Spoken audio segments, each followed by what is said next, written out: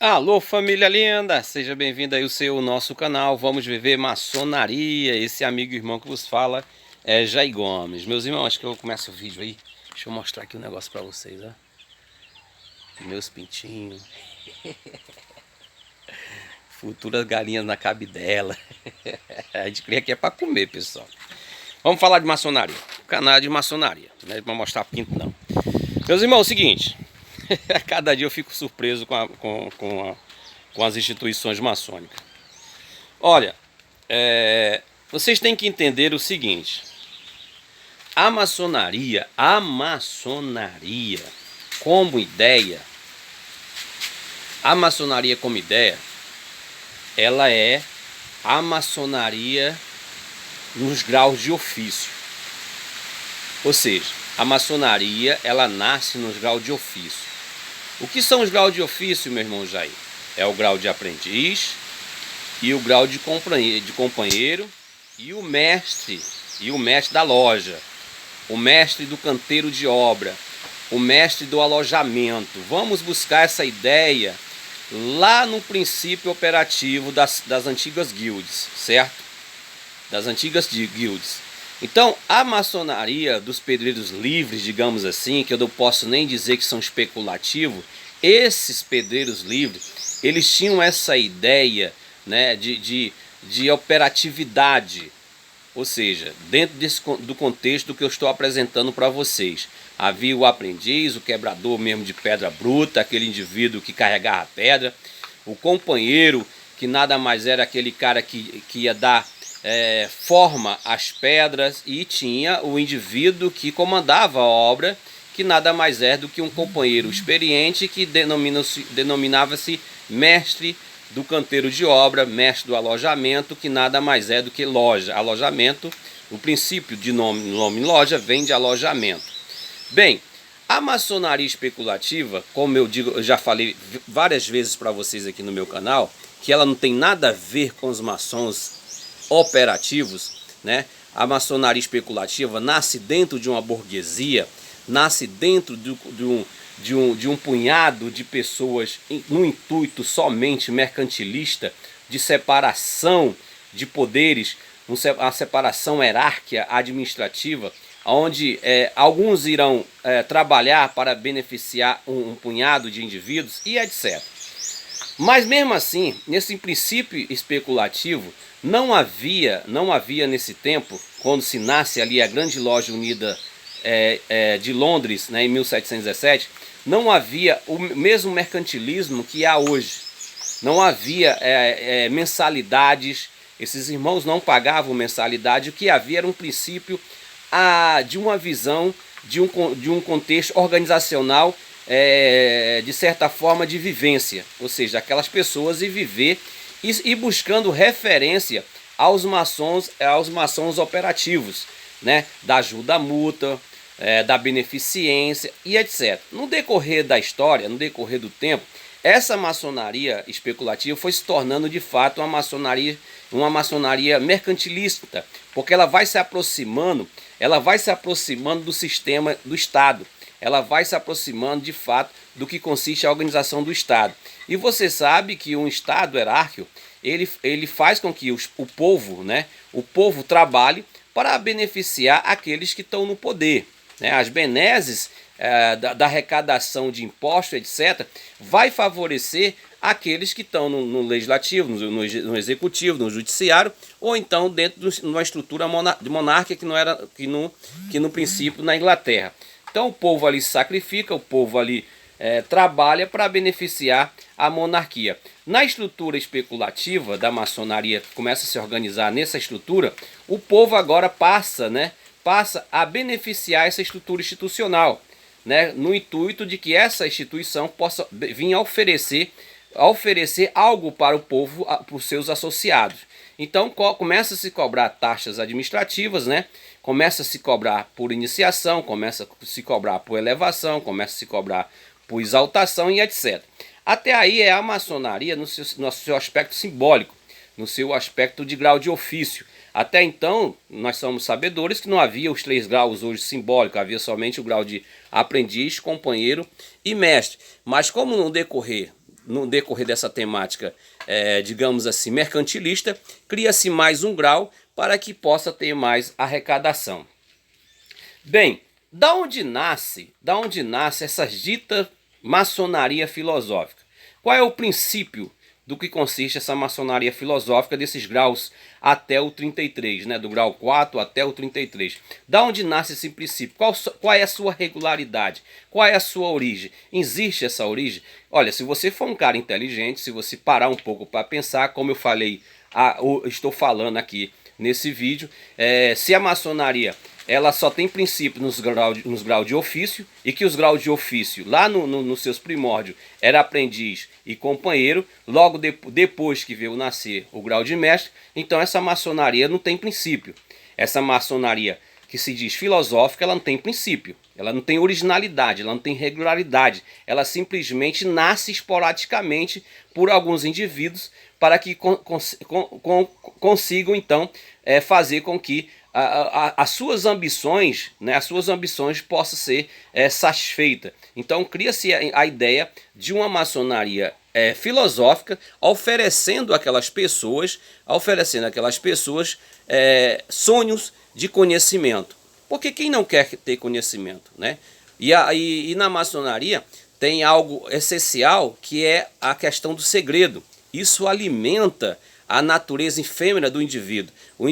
Nós seres humanos, nós somos curiosos, né? Nós somos curiosos. Você pode pegar uma ideia muito interessante, quando lá no princípio da Gênese, quando o narrador diz assim, ó, de toda árvore que está no jardim, você pode comer, mas não coma da árvore do conhecimento do bem e do mal, porque se você comer, algo vai te acontecer.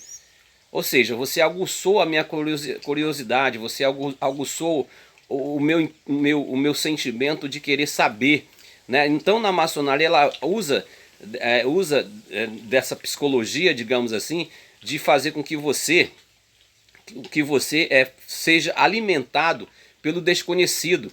Então você faz o possível e o impossível para alcançar aquele conhecimento, e no decorrer do que você consegue, você vai ficar decepcionado, porque não vai ter aquilo que de fato te venderam, mas o teu desejo é aguçado pelo desconhecido, pelo segredo.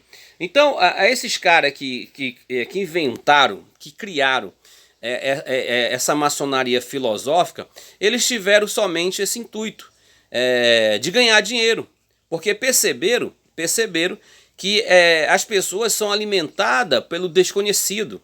Então você paga pelo que você não conhece. Então acabou-se a maçonaria, digamos assim, você terminou os graus simbólicos, que é a verdadeira maçonaria, que a maçonaria consiste nesses graus simbólicos, né? Que hoje é o aprendiz, o companheiro e o mestre. Mas aí você, não satisfeito, induzido também pela vaidade e pelo desconhecido, você vai galgar os graus filosóficos. Contudo, você vai ter que pagar. Você vai ter que pagar para fazer esses graus filosóficos. Agora o interessante, para você ver que não tem uma regularidade em princípio e não tem um órgão fiscalizador no que consiste tanto a maçonaria simbólica como a maçonaria filosófica, que o intuito somente é ganhar dinheiro, essas maçonaria autocrática, né, que não há um princípio regulador e nunca haverá, porque a maçonaria dita filosófica, ela não pode se denominar maçonaria. A maçonaria filosófica não é maçonaria. Maçonaria é os graus simbólicos, pelo fato do que consiste os próprios reconhecimentos, os 8 pontos de reconhecimento da Grande Loja Unida da Inglaterra.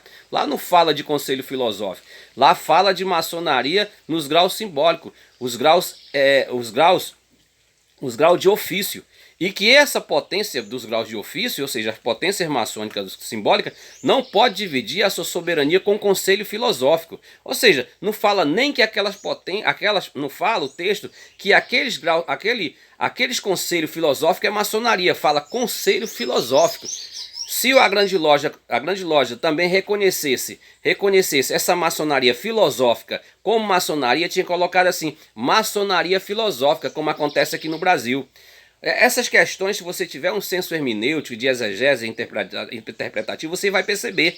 Então, no quinto ponto de reconhecimento, Não fala de maçonaria filosófica, fala de conselhos filosóficos. Então a própria Grande Loja Unida da Inglaterra não denomina esses conselhos filosóficos como maçonaria, porque a maçonaria são os graus de ofício, são os 3 graus simbólicos. Morreu Maria Preá. Você pode acreditar do jeito que você quiser. Eu particularmente, para mim a maçonaria é a simbólica. É a simbólica, morreu Maria Preá.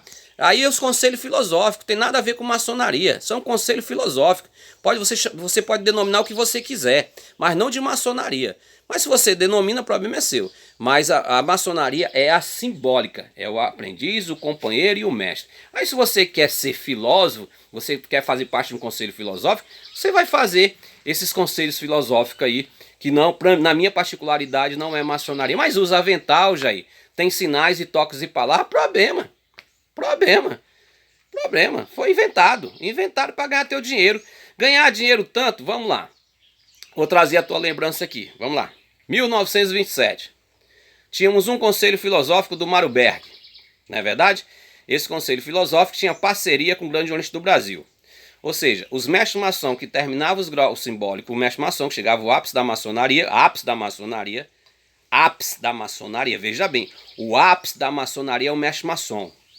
Morreu Maria Preá. Todo maçom, cuidado, vão querer mudar isso, viu? Vão dizer que o ápice da maçonaria é o grau 33, não é não. O ápice da maçonaria é o grau 3. Você chegou a ser mestre maçom, você está na plenitude do teu direito. Você é plenitude do teu direito, a plenitude do teu direito. Você é um mestre maçom. Mestre maçom, morreu Maria Preá. Depois tudo é invenção. Mestre perfeito, mestre isso, mestre aquilo, tudo é para ganhar teu dinheiro. Tudo para ganhar teu dinheiro. A plenitude da maçonaria é mestre maçom. Morreu Maria Preá. Vamos lá. Aí o Mário Berg, o Grande Oriente do Brasil, inteligente, o grão-mestre na época. Rapaz, peraí. O Mário Berg tá enchendo o bolso de dinheiro aí. Tá enchendo o bolso de dinheiro. Ora, meu irmão, rapaz, eu posso criar um conselho filosófico. Não é maçonaria, é um conselho filosófico. Eu vou criar também.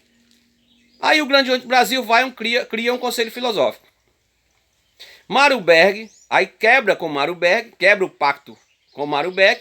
Mário Berg agora vendo falido, quebrado, seu conselho filosófico quebrado.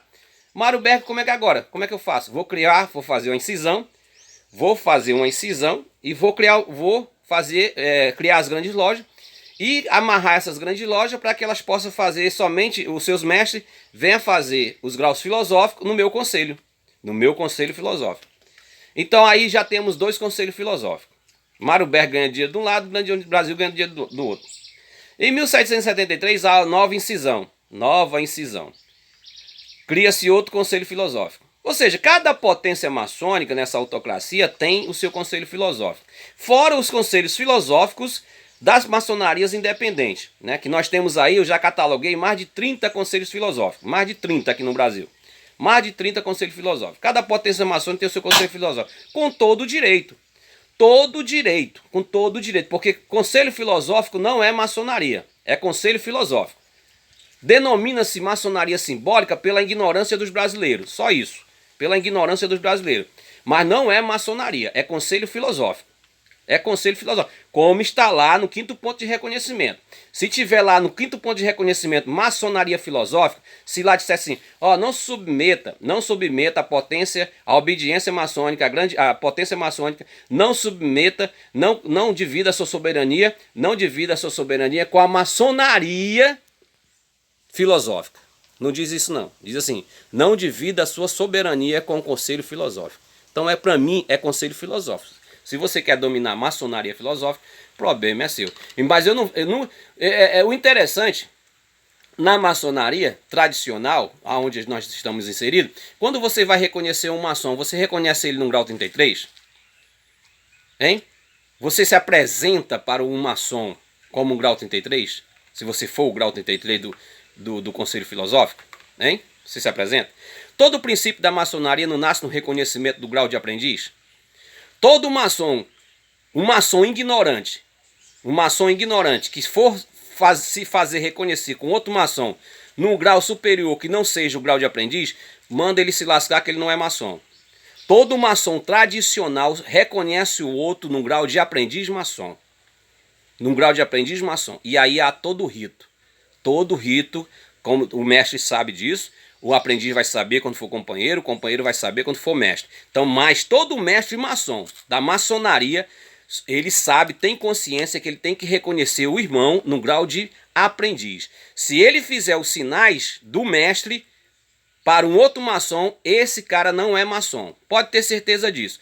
Você que é aprendiz, se um cara for reconhecer você em um grau diferente, que você desconhece, diga para ele na cara dele, pode dizer, principalmente os aprendizes da Glumb, viu? Você que é aprendiz da Glumb, meu irmão, se um mestre, se uma pessoa for fazer você ser reconhecido em um grau que você desconhece que seja o grau de aprendiz maçom, e ele fizer um sinal que você desconhece, que não seja o aprendiz, diga na cara dele que ele não é maçom. Pode dizer. E diga que foi o Jair Gomes. Diga assim, pá, o meu irmão Jair Gomes, meu grão-mestre, disse que você não é maçom. Vá falar com ele. Porque todo maçom deve ser reconhecido no grau de aprendiz. Você pode ter o grau 33 do grau do Conselho Filosófico. E se você for reconhecer um irmão, deve ser no grau de aprendiz maçom. Como é que se entra em uma loja maçônica? De um princípio, você vai bater na porta de uma loja num grau superior que não seja o grau de aprendiz? Hein? Você vai primeiro bater no grau de aprendiz. Depois, se a loja estiver funcionando no grau de aprendiz, se você entra. Se ela estiver funcionando no grau superior, você vai ser correspondido. Se não for do seu grau, você pega o beco, não vai assistir. Não é assim? Pronto. Todo maçom deve ser reconhecido num grau de aprendiz. Eu vou ficando por aqui, porque esse vídeo já está com 16 minutos. Amanhã eu dou continuidade nesse tema. Viu, meus queridos? Te amo sem te conhecer.